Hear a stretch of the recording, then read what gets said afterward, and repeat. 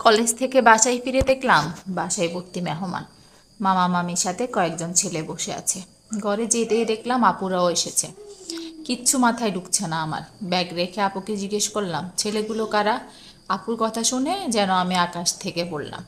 ওই যে লম্বা ছেলেটাকে দেখছিস মাথা নিচু করে বসে আছে, ওইটা হলো মামার ছেলে, মানে রিদ ভাই। আর বাকি যে দুজন ছেলেকে দেখছিস ওরা হলো তার বন্ধু। মামা মামি সহ এরা সবাই এসেছে তোকে বউ করে নিয়ে যেতে। আমি আপুর দিকে গরম চোখে তাকালাম। মজা করিস না তো আপু, আমি সিরিয়াসলি প্রশ্ন করছি তোকে। আপু একটু ব্রু কুচকে আমার দিকে তাকালো। আমি তোর সাথে কোন দুঃখে মজা করতে যাব? আর সন্ধ্যায় বিয়ে, বাবার কিছু বন্ধু বান্ধব আসবে আর হয়তো ফুপুরা আসবে, ঘরোয়াভাবেই বিয়ে হবে। আমি রাগে ফানি গ্লাসটা আছাড় মারতেই তার টুকরো টুকরো হয়ে গেল। রাগে আপুকে উঠে বললাম, করব না আমি এই বিয়ে। আমাকে পেয়েছে কি সবাই যা ইচ্ছা তাই ডিসিশন নিবে? আমি তো ভালো করে চিনিও না তাকে, শুধু জানতাম আমার একটা মামাতো ভাই আছে। হুট করে দরজার সামনে বাবার গলার আওয়াজ বেশি আসলো। হয়েছে কি এখানে, এত চেঁচামেচি কিসের? বাবার উপস্থিতিতে আমি ভয়ে চুপসে গেলাম। চুপচাপ দাঁড়িয়ে আছি, কিছু বলার সাহস পাচ্ছি না। এর মাঝে আপু বিষয়টাকে সামলে নিল। না বাবা, কিচ্ছু হয়নি, হাত থেকে পানি গ্লাসটা পড়ে গেল।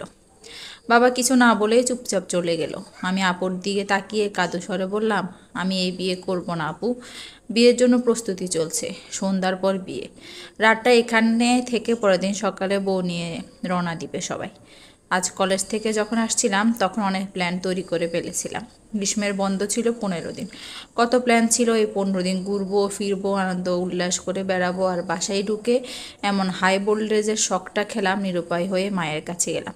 কিন্তু কেউ আমাকে বিশেষ গুরুত্ব দিল না। শুধু মামি একবার 2 হাত ধরে কপালে চুমু দিয়ে বলল, আমার লক্ষ্মী বৌমা। আমি আবারও নিরুপায় হলাম। কেউ আমায় এতটা গুরুত্ব দিচ্ছে না।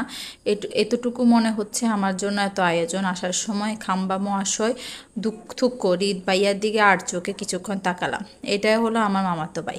মা একটা লেহেঙ্গা নিয়ে সবার আমার সামনে এসে দাঁড়ালো। আমি এখনো বসে আছি মুখ গোমড়া করে। মা আমাকে ওয়াশরুমে নিয়ে গেল, এরপর আপুকে বলল গরম পানি নিয়ে আসতো।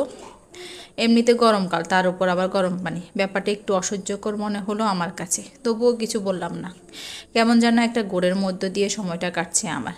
নাকি এটা স্বপ্ন, একটু পর হুট করে ঘুম ভেঙে যাবে, এটাও বুঝতে পারছি না। আজ মনে হচ্ছে সে একমাত্র প্রাণী যে কিনা কলেজ থেকে আসার পরে বিয়ে পিড়িতে বসতে হবে। মা আমাকে গোসল করিয়ে দিচ্ছে, খুব যত্ন করে। এর আগে শেষ কবে এমনভাবে গোসল করালো ঠিক মনে নেই তার, হয়তো ছোটোকালে। আমি মাকে ধরে ব্যয় ব্যয় করে কেঁদে দিলাম। আমি এই বিয়ে করব না মা, তুমি আব্বুকে বোঝাও। আমি ভালো করে চিনিও না তাকে, কখনো কথাও হয়নি আমাদের। আর হুট করেই বিয়ে, তাতে কি হয়েছে? বিয়ের আগে আমি কি তোর বাবাকে চিনতাম? বিয়ের পরেই তো একে অপরকে ভালো করে চিনলাম আমরা। তবুও মা, সে কেমন, ভালো না খারাপ, রাগী না শান্ত, এটাও তো জানি না। অন্তত আমায় একটু সাহস সময় দিতে হয় তোমরা।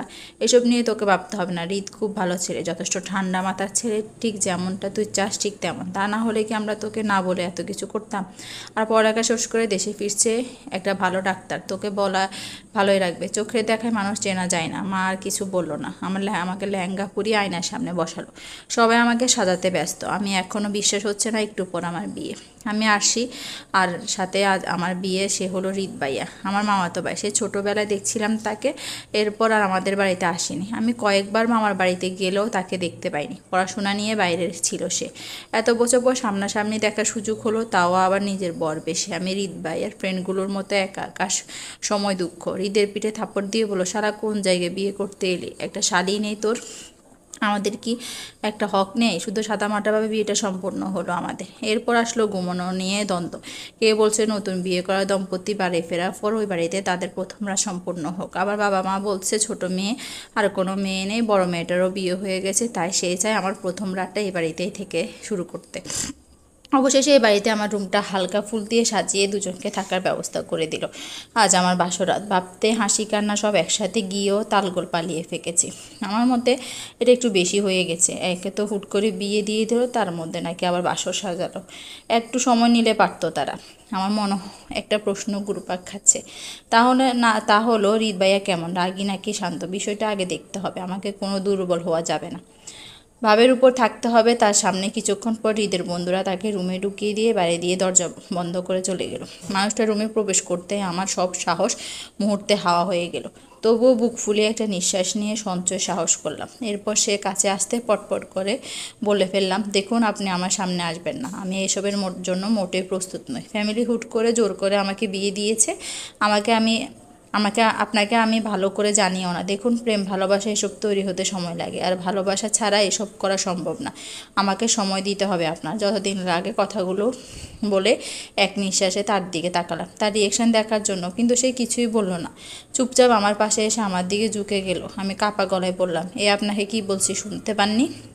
বিয়ে হয়ে গেছে বলে কি যা ইচ্ছা তাই করবেন? এখনও সে কিছু বলল না। হাত টেনে একটা বালিশ নিয়ে গেল, নিচে থাকার জন্য ব্যবস্থা করতে বলল। আমি এসবে কোনো ইন্টারেস্ট নাই, আর তার সাথে শুয়ে পড়া তো কোনো প্রশ্নেই আসে না। আর নিজেকে এতটাই মহান ভাববে না তুমি, তোমার মতো থাকবে। কখনো যদি আমার মন জয় করতে তুমি সক্ষম হও তাহলে আমার কাছে আসার চেষ্টা করবে, আর তার আগে না। তার কথায় আমি যেন তাজ্জব বনে গেলাম। বলে কি এ ছেলে? আমি আসছি তার কাছে যাওয়ার জন্য, আর তার মন জয় করতে হবে? এতই ঠেকা পড়েছে আমার পেছনে কত ছেলে লাইন দিয়ে আছে, আর এই বেটা আমাকে কোনো পাত্তাই দিল না। আজব।